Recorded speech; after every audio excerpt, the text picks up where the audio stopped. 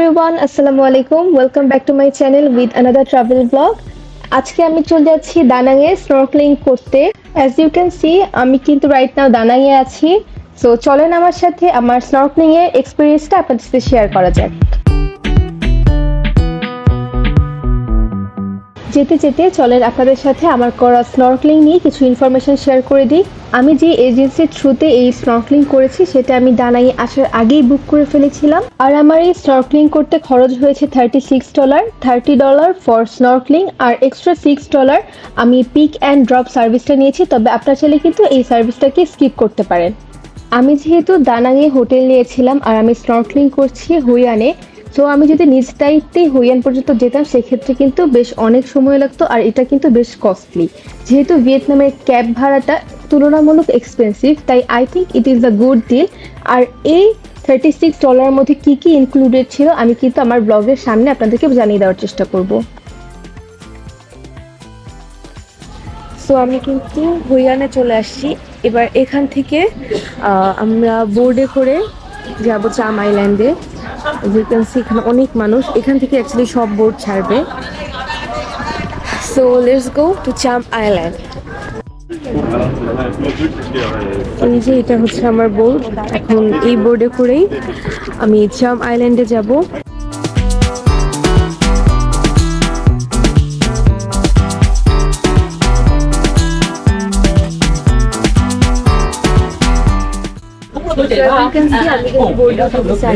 অনেক মানুষ, আর আমার বোটটা ছেড়ে দিবে। আমি আপনার সাথে আমার এক্সপিরিয়েন্স শেয়ার করবো।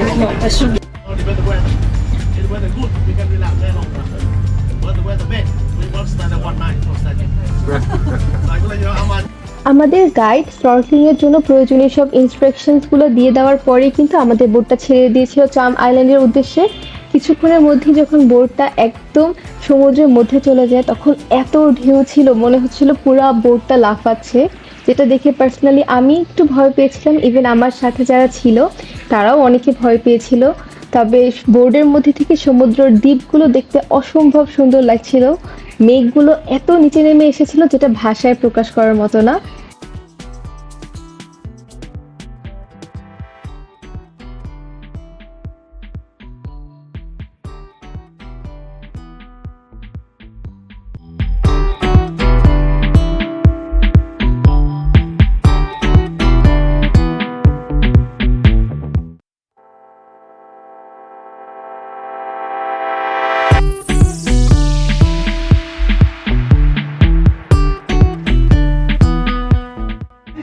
Set a time for you.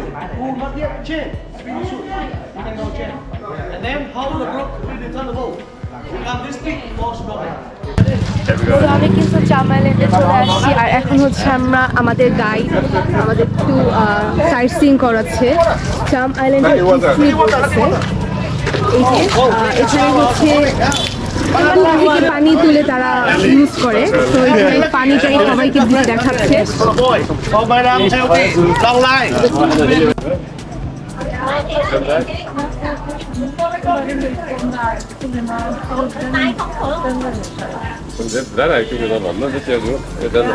অনেক মাছ। চাম আইল্যান্ডের মানুষদের প্রধান জীবিকাই হচ্ছে ফিশিং। ওরা সবাই এখানে অলমোস্ট মাছ ধরে। তো আমরা এদিকে যাচ্ছি।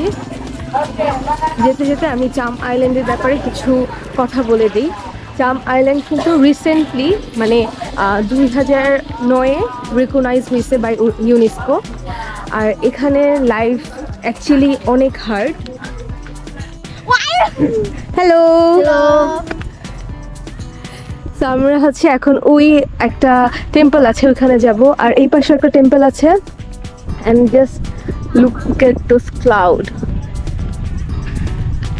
চাম আইল্যান্ডে 2016 সাল পর্যন্ত কোনো ইলেকট্রিসিটি ছিল না। তারপরে কেবল কারের মাধ্যমে ব্যাটারি দিয়ে এখানে চলতো। 2016 সালের পর হচ্ছে এখানে ইলেকট্রিসিটি আসছে। আর সবচেয়ে মানে টাফেস্ট ব্যাপার হচ্ছে এখানে মাত্র একটাই স্কুল, যেটা এই যে এটা। আর তাও আবার এটা খালি প্রাইমারি স্কুল। হাই স্কুলের জন্য এখানে কোনো অপশনসই নাই। এখানে হাই স্কুল করতে হলে আপনাকে হুইয়ান সিটিতে যেতে হবে। আর হুইয়ানে যাওয়ার ওয়ে হচ্ছে এখানে সপ্তাহে একটা খালি ফেরি ছাড়ে।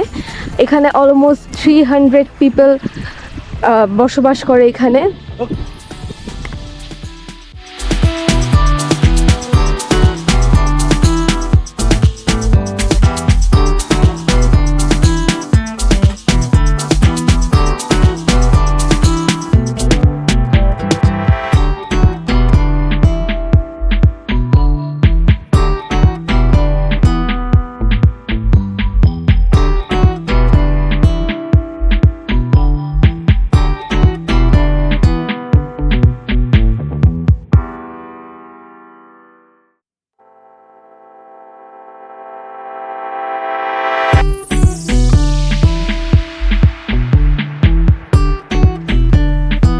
চাম আইল্যান্ডে অনেকক্ষণ ঘোরাঘুরি করার পর ফাইনালি আমরা চলে যাই বোর্ডে করে, যেখানে আমরা স্নরকেলিং করব।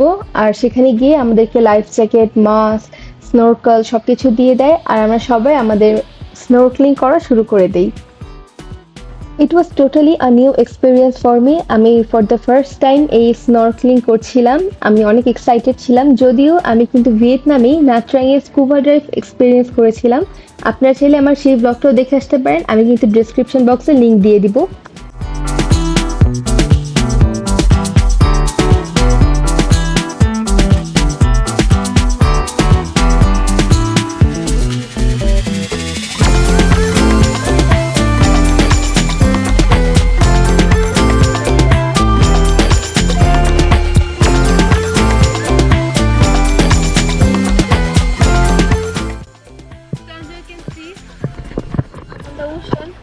আর অনেক মানুষ। আমি সাঁতার পারি না, তারপর আমি স্নোলিং করতেছি and it was fun actually, but এখন যেটা আমার তো সানি না, হ্যাঁ তেমন একটা রোদ নেই, আকাশ অনেক ক্লাউডি, তার জন্য তেমন পানির নিচে তেমন একটা সুন্দর ভিউ দেখা যাচ্ছে না। স্টিল মানে ফান হচ্ছে, একটু পর আসে আর যায়। So still I am trying to get some good view. So let's go again underwater.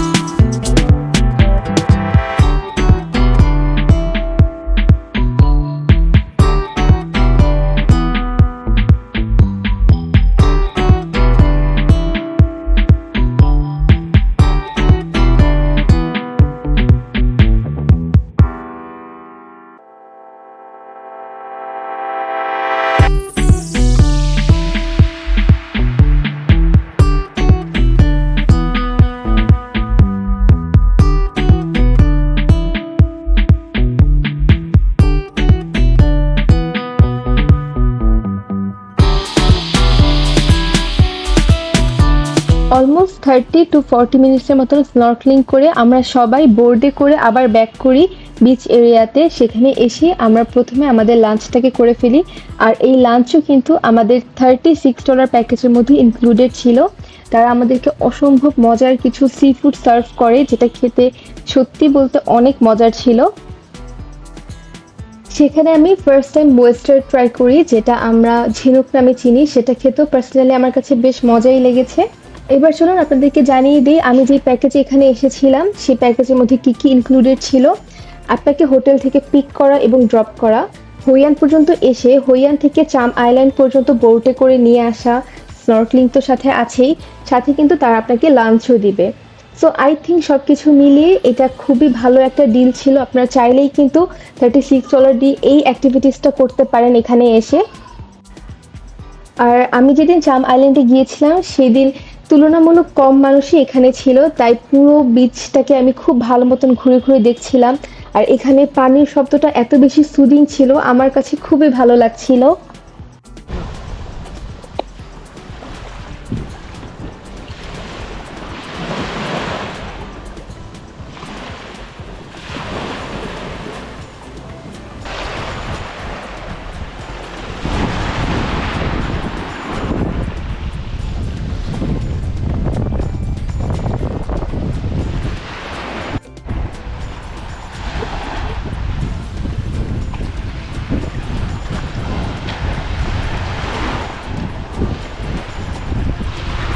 তো দ্যাটস ইট ফর টুডে। আজকে আমি এখানে অনেক ভালো একটা টাইম স্পেন্ড করছি। আই হোপ আমার আজকের ব্লগটা আপনাদের ভালো লাগবে। If you do like this video, please do subscribe to my channel and hit the like button. এরকম আরও ট্রাভেল ব্লগ থাকতে আমার চ্যানেলটাতে ভিজিট করবেন। Thank you so much for watching.